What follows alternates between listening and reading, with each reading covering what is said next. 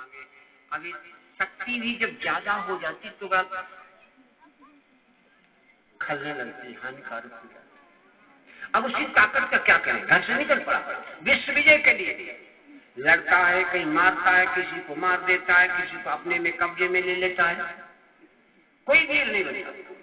शेषन जब कुछ भी रहा लड़ने का सामान, जब रहा न कोई वीर पुरुष तो बन के पेड़ उखाड़ लिए, जंगल के जंगल तोड़ ताड़ हाथी और शेर पछाड़। जब रहा न कोई वीर पुरुष तब हल, शेषन जब कुछ भी रहा लड़ने का सामान, बाहुबूझ से वीर तब हुआ अधिक हैरान। जब बहुत परेशान हुआ तो फिर भगवान शिव के पास, भगवान शिव से बोला, तब शंकर जी से जा बोला, प्रभु कोई योद्धा बतलाओ, मेरी इन सहस भुजाओं की प्रभु अब तो खुजली मिटवाओ। लेकिन भोले बाबा नहीं बोले, सोचे आ गया फतेदादा। भगवान शिव बोले नहीं तो बाणासुर ने ललकारा, शंकर जी बतलाओ कोई वीर पुरुष या स्वयं दास का काम करो, तुमने भी बल दे डाला है तो खुद आकर संग्राम। भगवान शिव ने कहा, बेटा मेरे से युद्ध मत मांगो, मेरे से वरदान मांगो। अब क्या मांगे, जो मांगा वही नहीं भोगे, चुप खड़ा।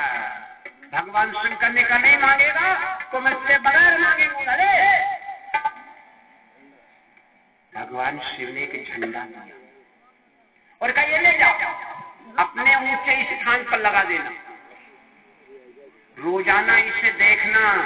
ये बाणासुर रोजाना इसे देखना, जिसने झंडा झुक जाएगा उसी दिन तेरी शक्ति को मिटाने वाला तेरे घर में आ जाएगा, अब तुझे ढूंढना नहीं पड़ेगा। खुशी खुशी झंडा घर आया बलवान, ऊंचे स्थान पर झंडा लगा दिया। कुछ महल में हुई एक संतान, एक बेटी का नाम उषा थी। उषा काल की उषा देवी, उषा ही नाम धराया था, जिसने अपनी शोभा द्वारा उस शोभा को भी लाया। बेटी का जन्म हुआ, एक भजन सौहर की लाना और आपको सुनवा दीजिए। भगवान कृष्ण की पुत्र बहू का जन्म है और ये सौहर समझो या भजन समझो, दोनों बातें आपके लिए सौहर भी है और भजन भी है। कबीर जी महाराज की रचना है, बड़ा सुंदर भाव है और उन्होंने सारा कबीर की रचना सब शरीर पर होती है, तो इसलिए सुनो भजन है याद। आनंदा भई मोरी नगरी आजू आनंदा भई, आनंदा भई मोरी नगरी आजू आनंदा भई, आनंदा भई मोरी नगरी आजू आनंदा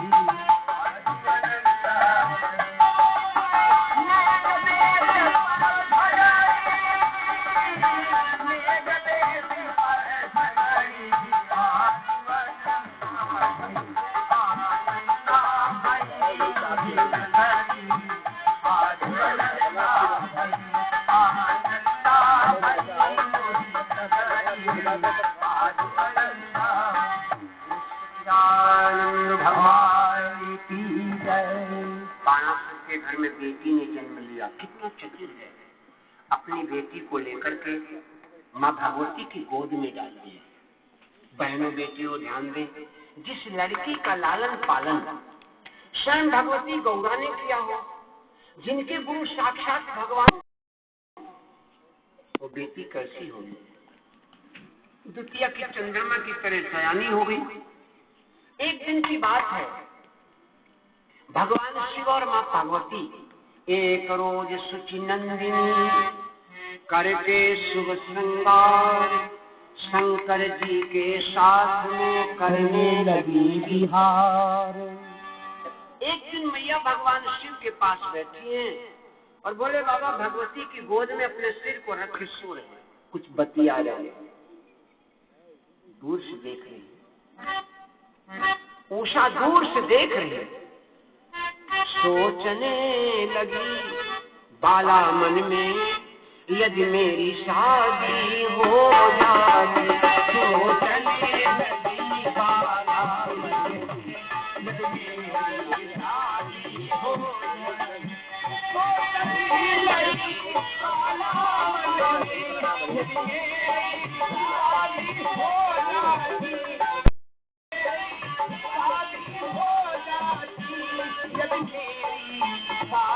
हो जाती तो मैं भी अपने प्रियतम को, मैं भी अपने प्रियतम को कभी भले लगता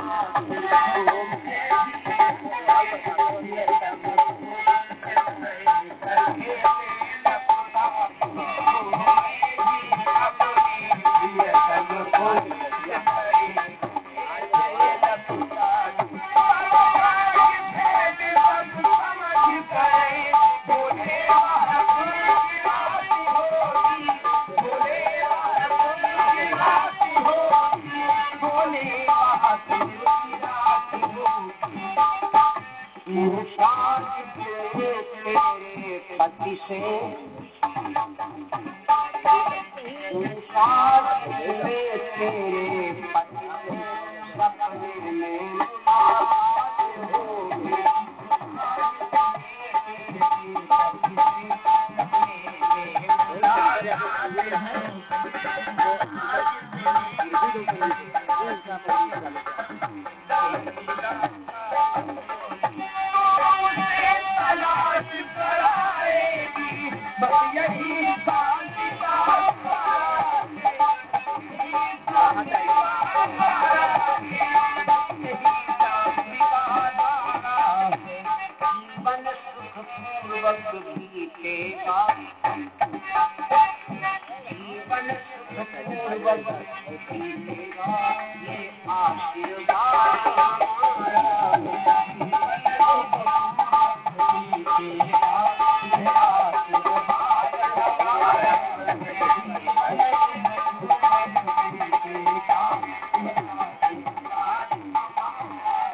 शंकर भगवान की आशीर्वाद दे दिया और बाणासुर के पास खबर भेजी,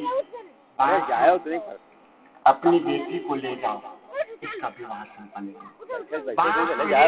देवी राजा परीक्षित से करे, राजा जब बाणासुर अपनी बेटी को ले गया तो एक निराला भवन बनवाया। उस महल के चारों तरफ 10 कदम तक किसी मर्द की परछाई नहीं पड़ सकती। कोई भी कुंवारी लड़की के अलावा कोई विवाहिता स्त्री अंदर नहीं जा सकती।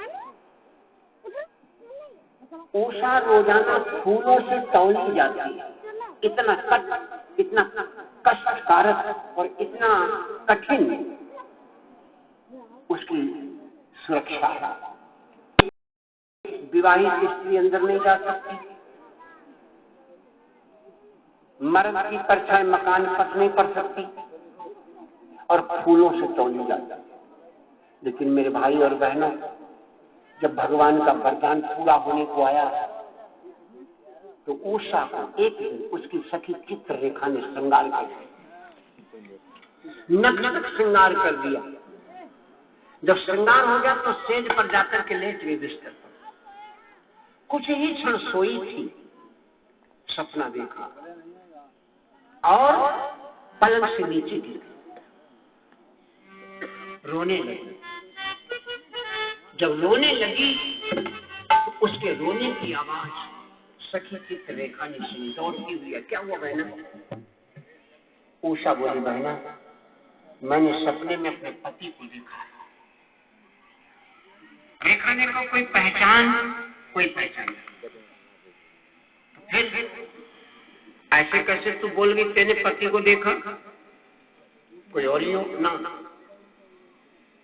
मुझे वरदान है। और एक बात बताएं, जब अगर पति मिला न रात भर में तो मैं मर जाऊंगी। रेखा ने कहा, बड़ा उतावली है, रात भर में मिल जाए। तो सुनो, पहले तो ये पता चले है कौन। तो इसको जानने के लिए, जब तुम यही नहीं जानती हो तो पहले तो हम ये बता रहे हैं कौन। मैं जितने भी राजा महाराजा हैं सबके चित्र बना दिया, उनको तुम देखो और जो तुमने पहचाना और जो तुम्हारा पति उसको बता देना। मैं दुर्गा जी की शक्ति से भूतों के चित्र बनाती हूँ, ध्यान से देख, मैं गिन गिन कर सारे नरेश दिखलाता। चित्ररेखा बैठ गई चित्र बनाने। जिस राजा का चित्र बनाती है उषा ऊहू कर देती है, मिटा देती। जितने राजा थे सारे चित्र बना दिए, महाराजाओं के चित्र बना दिए, देवता यक्ष किन्नर गंधर्व सबके चित्र बना दिए, लेकिन उषा ऊहू के अलावा कुछ न बोली। रेखा बोली का जो ऊहू सुनाई तुम्हारो आदमी है, हर समय रेखा भी परेशान है। वो परेशान क्यों है? वो सोचती कि मैंने कोई तो छोड़ा नहीं, फिर इसका पति है कौन? ध्यान लगाया, मैया मैं क्या देख रही हूँ, मैंने तो सबको बना डाला। अंत में चित्ररेखा ने जब ध्यान आ गया, अंत में चित्ररेखा ने जब भगवान के सुने को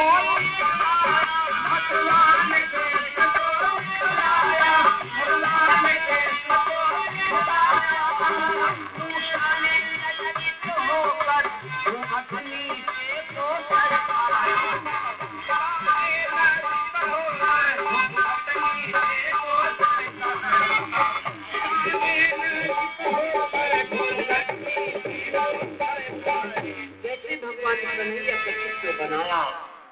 उषा ने फास घूंघट खींचा, बोली बहना बिल्कुल इन्हीं की उनिहार में है।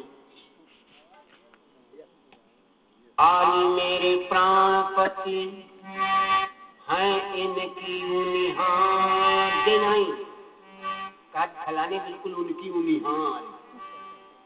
आली मेरे प्राणपति हैं इनकी बुनिहार, जिनके चरणों में हुआ मेरा मन बलिहार। रेखा ने कहा पागल ये है कौन जानती है? हाँ? अरे सुन ये कृष्ण, ये भगवान कन्हैया हैं। और अब जब नबज मिल गई तो मर्जा मिल जाएगी। इनकी उनिहार बता क्या? बिल्कुल नहीं कोई। और घूंघट खींच लिया, जैसे घूंघट खींचा रेखा का गजबे हुए गए। साधारण चोर नहीं है, चोरों का चोर है दादा। प्रभुम्न का चित्र बनाया और उसने, और जैसे अनिरुद्ध का चित्र बनाया तो फौरन दिल भर आया। बस यही रेखा ने यही कहा। तो कहा सुनो अब इनका परिचय दे दें। ये कृष्णचंद्र के पोता हैं, अनिरुद्ध कुमार कहलाते हैं। इनका नाम अनिरुद्ध है। ये श्री कृष्ण के पोता हैं। पता चलियो सवेरे बप्पा को बताए दिया कर लियो। बड़ा जोर लगन चल रही है। उषा पैरों पर गिर गई। बोली बहना मैं बता चुकी हूँ, अगर रात भर में मेरा पति न मिला तो सवेरे लाश मिलेगी। रेखा बोली तुम मरी हो, बाद में हम पहले मर गई। राजा कहेगा कि मेरी बेटी मर कैसे, तू पहरे पर आई। कोई बात नहीं, धैर्य धारण कर, मैं एक उपाय और करती हूँ। जमीन में लोटने लगी रेखा। मैया भगवती का ध्यान किया, लोट पोट कर उसने भेष बदला। रेखा ने तत्काल ही किया चील का वेश, चील बन गई। रेखा ने तत्काल ही किया चील का वेश, क्षण भर में उड़ती हुई गई द्वारिका देश। लेकिन द्वारिकापुरी की बड़ी सुरक्षा है। लेकिन नगरी में रात समय,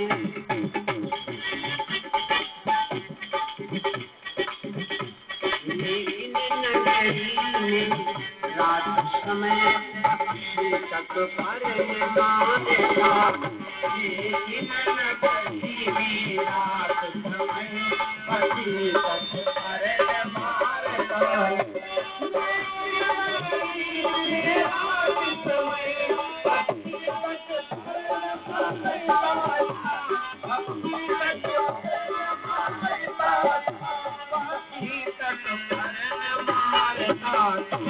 भगवान कृष्ण का महाचक्र,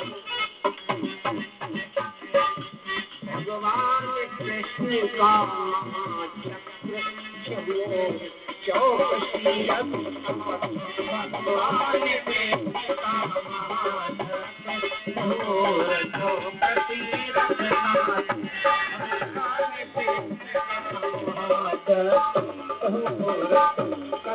रखना। 12 बज रहे रात के। द्वारिकापुरी के सन्निकट उषा चील बनी जा रही है। 7 कदम की दूरी रह गई। एक आवाज है देखा। रात के 12 बजे देखा चौंक। बोले यहाँ मुझे जानने वाला मेरे नाम को कौन है? ये कौन था? इतने में नारद आ पहुंचे। बोले देखा क्या करती है? भगवान कृष्ण की चोरी कर तू बिना मौत के मरती। रेखा बोली बाबा मेरी मदद करो। नारद बोले अगर मदद कर ना होते तो तुम्हारे बोले भूई पखना तो अलग भेजे होते। नीचे उतर, रेखा को नीचे उतारा और नारद बोले जो मैं कहता हूँ वैसा बनोगी तब अंदर जा पाओगी, नहीं तो चक्र सुदर्शन जाने नहीं देगा। क्या बनना पड़ेगा? वैष्णव बनो, मस्तक पर चंदन लगाओ, हाथ में माला, मंत्र ओम नमो भगवते वासुदेवाय, ओम नमो भगवते वासुदेवाय, इसका जाप करती हुई जाओगी तो बचोगी नहीं मारी जाओगी। पहले तो आनाकानी करती थी लेकिन अंत में भेष बना ओम नमो शिवाय, ओम नमो भगवते वासुदेवाय जाप करती हुई अंदर जाने लगी। चक्र सुदर्शन आया, खड़ा हो गया, अंदर पहुंच गई जहां अनिरुद्ध सोए हुए हैं। सोचने लगी अगर जगाऊंगी तो जाएंगे नहीं ना, इसलिए पढ़ करके मंत्र मारा। मैं बिस्तर को उठाया, आकाश मार्ग से ला करके सोनितपुर में रख दिया। रेखा बोली उषा बहना लो मैंने अपना काम कर दिया, अब ये सो रहे हैं, इच्छा हो जगावो और इच्छा हो सोन दो, लेकिन एक बात बताओ हम रुकन की जान पैरों पर गिर पड़ी। तूने तो मेरे प्राणाधार को मिला दिया मेरी बहन, चली गई। जब रेखा चली गई तो उषा सोचने लगी कैसे जगावे, कई भजन गीत हैं, कैसे जगावे, मन में भाव बना।